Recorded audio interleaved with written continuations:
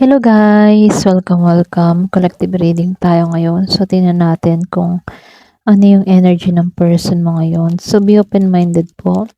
Hindi po halos lahat makaresonate. Thank you nga po pala sa mga nagsusubscribe, sa mga bumabalik. Marami pong salamat. Keep it a message for collective. Ano yung energy ng person mo ngayon? Give me the message for collective. Ano yung energy ng person mo ngayon? Give me the message for collective. Ano yung energy niya?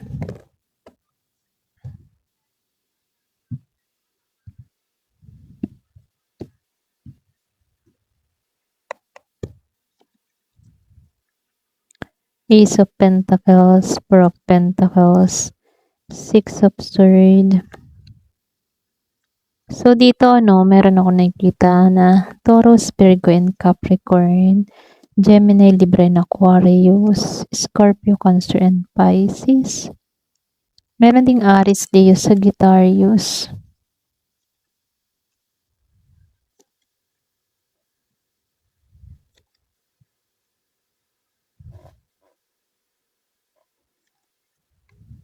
So, halos lahat andito, pero malakas ang earth sign.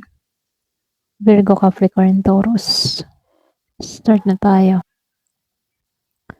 So, dito, lumabas si Ace of Pentacles reverse at itong si Four of Pentacles upright.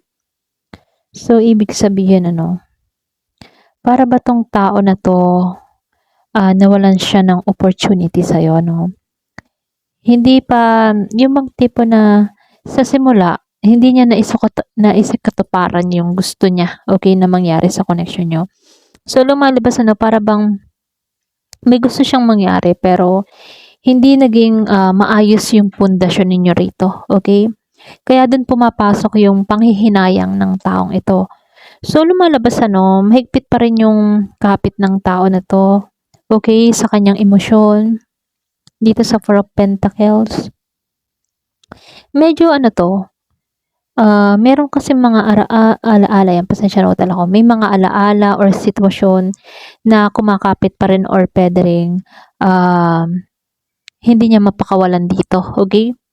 So, hindi siya madaling makawala kasi sa mga ganong emosyon. Para bang mahirap tong maka-moving on, okay? So, malakas yung earth sign, Virgo, Taurus, and Capricorn. So, dito, talagang nahihirapan siyang maka-moving on dito. Para bang nahihirapan siyang iwan yung nakaraan nyo. Mahirap para sa kanya yung mga bagay na yon. Meron siyang mga bagay na paulit-ulit na binabalikan, pwedeng mga memories, alaala, or pwede rin mga samahan ninyo before. Para bang para sa kanya, ang hirap nitong kalimutan.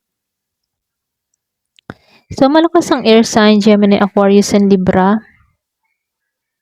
So, dito, nakikitaan ko rin dito, itong person mo, may pagkabalisato or pwede rin, hindi siya mapakali dito. May time na ganun siya. Para bang marami siyang alalahanin or pwede rin nababahala siya rito. Pero dito, gusto niyang kumilos pagkatapos ng mahabang paghihintay sa'yo. Para bang gusto niya nang umusad kayong dalawa rito. Kaya lang dito, nakikita niya na ikaw yung, para bang, malaki ba yung yung tingin niya ng tao na to sa'yo, malaki yung potential mo bilang isang mabuting kapareha. Ganun kanya tingnan. Kumbaga, nakikita niya na magiging siyang masaya sa'yo or nakikita ka niya bilang isang maunawain na tao. Kumbaga, dito sa Ten of Cups, kita ka ng tao na to na yung bang tipo na yung emotion niya, panatag siya na ilahad sa'yo. Okay? Para bang open siya sa'yo. Pero dito sa Emperor Reverse, very control to sa sitwasyon niya, sa kanyang nararamdaman dito. Kumbaga, nahihirapan siyang ipakita yung katatagan niya, pero kinokontrol niya, okay, yung kanyang emosyon, okay? So, lumabas dito si Four of Wands, King of Wands. Yung iba sa inyo, meron lang hadlang sa pagkikita niyo rito. Para bang merong mga hadlang, pwedeng tao, merong pumipigil, pwedeng merong involved na ganon. Tao, kaanak, kaibigan, meron lang mga hadlang sa connection ninyo. Para bang hindi sila panatag na kayong dalawa magkatuluyan dito, ganyan. Kaya lang dito, no, King of Wands. Pero in fairness malakas pa rin yung attraction ng taong ito sa'yo. Para bang nagnanais siya na maging aktibo siya sa buhay mo, ganun. Gusto niya maging confidence dito, okay? Ayaw kanyang tuluyang bitawan dito. Ayaw niyang maputol yung ugnayan ninyo, yung connection nyo. Parang ayaw niya ng pagbabago, ayaw niyang matapos yung connection nyo. Gusto niyang manatili ka sa kanya, ganun.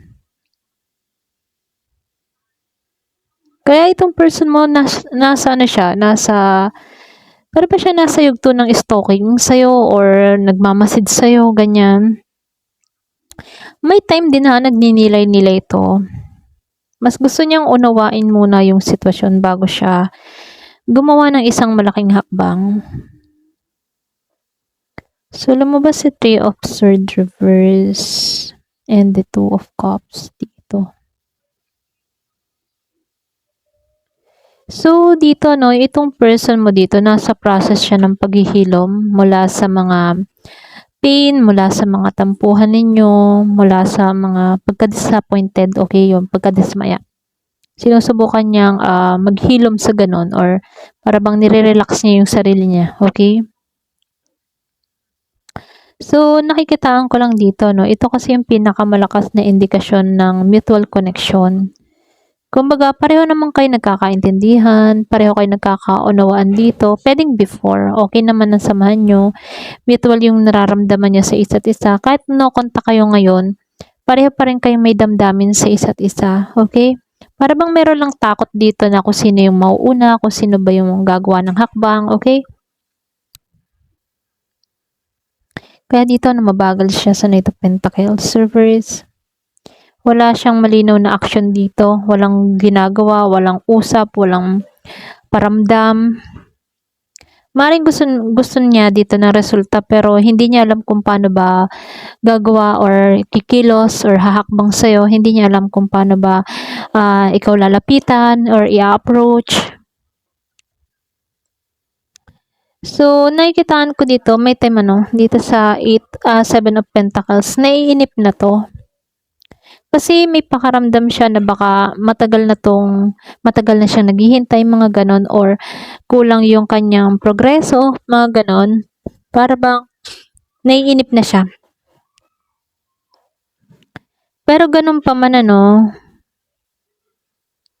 may time itong person mo, humanga to sa iyong katatagan, kaya meron siyang ninanais na sana ganon din siya, katatag mo, okay? May may insecurities din dito tungkol sa kung gaano ka bilang ikaw, kung gaano ka humawak ng pera, kung gaano ka sa mga responsibilidad mo, at kung gaano ka nagbibigay ng seguridad sa sarili mo, okay? Hindi maiwasan na nakakaramdam siya ng insecure kung gaano ka katatag dito, okay? Pero ganun pa man, bumabangon naman siya dito.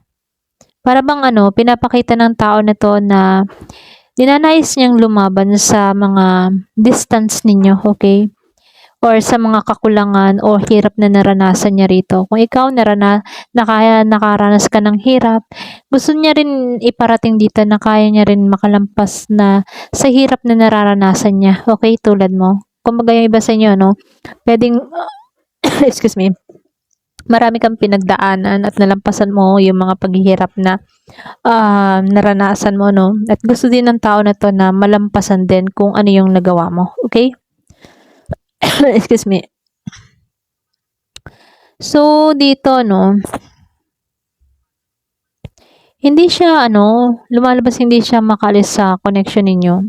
Okay, energetically. Meron siyang emotion na nahihila pa rin, ngunit nahihirapan siyang gumawa ng matatag na aksyon, okay? Pero para siya nasa pagitan ng pagkapit at yung pag-aalinlangan, ganon. Para bang siya yung klase ng tao na kumakapit tapos medyo alanganin, ganon, okay? Pero may halaga pa rin sa kanya yung connection ninyo. Pero dito, may mga personal o practical na dahilan kung bakit mabagal yung pag-usad ng taong ito, okay? So, dito, tanong natin, kuha na tayo ng 6. Ano ba yung gusto niya mangyari sa pag-itan ninyong dalawa? So, lumabas si The Hangman. Kuha tayo ng 6. The Chariot Reverse. The Sun. Judgment. Wheel of Fortune Reverse. 5 of Cups. Ayusin ko lang ha. So, dito yung gusto niyang mangyari dito sa inyong dalawa, lumabas kasi si The Hangman in the Chariot Reverse dito. Sa ngayon, gusto niya muna ditong, yung bang, hindi niya ba pinipilit yung sitwasyon, ganon, kung ano meron kayo sa panahon ngayon, para bang siya, mukhang gusto muna ng tao na to na magkaroon siya ng malalim na pangunawa sa sitwasyon na nangyayari sa inyo. Hindi siya nagmamadali, pero alam mo yun, mas siya, mas pinipili muna niyang tingnan yung mga bagay mula sa ibang perspective, okay? So, maaaring alam niya dito na may mga hadlang pa okay? Meron pang mga kontra sa inyong dalawa. Kaya ito, mas nilalawakan niya muna yung pangunawa, okay, sa sitwasyon na kinakaharap niyong dalawa. Pwedeng may mga hadlang pa, ayaw sa inyo, or pwede rin ayaw na magsama kayo, pwedeng may mga tao sa paligid niya, ganon. Kasi hindi pa malinaw yung direksyon niya dito Para bang ayaw niya sumugod ng walang kasiguraduhan, okay? Pero dito, lumabas kasi si The Sun dito. Ito yung card na pinakamaganda kasi pinakikita nito na yung pagnanais para sa katapatan or positive na communication, nangangahulugan ito ng ganon. Yung bang mas magandang samahan, yun yung ninanais ng tao na to. Pero dito sa judgment kasi, may energy dito ng pagninilay-nilay, or pagdidesisyon. Para bang gusto niya magkaroon ng pagkakataon na suriin mo na yung nangyayari, or gumawa ng mas matured na desisyon tungkol sa connection ninyo. Okay? So, lumalabas din dito, na may pakaramdam to na may mga bagay na hindi pa naayon or hindi pa tamang oras, tamang timing sa inyong dalawa. Posible gusto ng tao na to na maayos ang ilang sitwasyon bago siya umusad. Pero dito sa 5 of Cups, may lungkot siya Para ba nangihinayang siya? May panghihinayang siyang dala-dala. Maring gusto niyang maunawaan o maayos yung pagkadismaya dito bago magkaroon ng bagong simula. Meron tong disappointment na naranasan or pwede ring na-disappoint tong tao na to sa resulta, okay? Kung bakit ganito yung naging resulta ng connection nyo. Pero ganun pa man, dahil lumabas si The Hangman, si Judgment dito at si The Sun dito, nagpapakita ito na gusto ng tao na to ng kalinawan at pangunawa kaysa maging padalos-dalos sa action niya. Ngunit nakikita ko rin tong si Chariot eh. Tapos itong si Wheel of Fortune dito. At itong si Five of Cups. Medyo emotion to ha. Para bang emotional siya dito sa sitwasyon na nangyayari sa inyo. Baga may kita mo lumuluha pa dito, no? Kumbaga, hindi pa siya lubusang napaprocess, pero andun yung kanyang kalungkutan sa nangyayari. Kumbaga, nakikitaan ko lang dito, no? Gusto ng tao na to na magkaroon ng paghihilom, okay? Pero meron siyang tingin dito na darating din yung tamang timing, tamang panahon para sa mga susunod na mangyayari sa inyo, okay? Para bang tingin ng tao na to meron pang tamang panahon para sa inyong dalawa, okay? Ayun, ito lang yung nakikita ko. Ayan. Thank you for watching. Love and peace.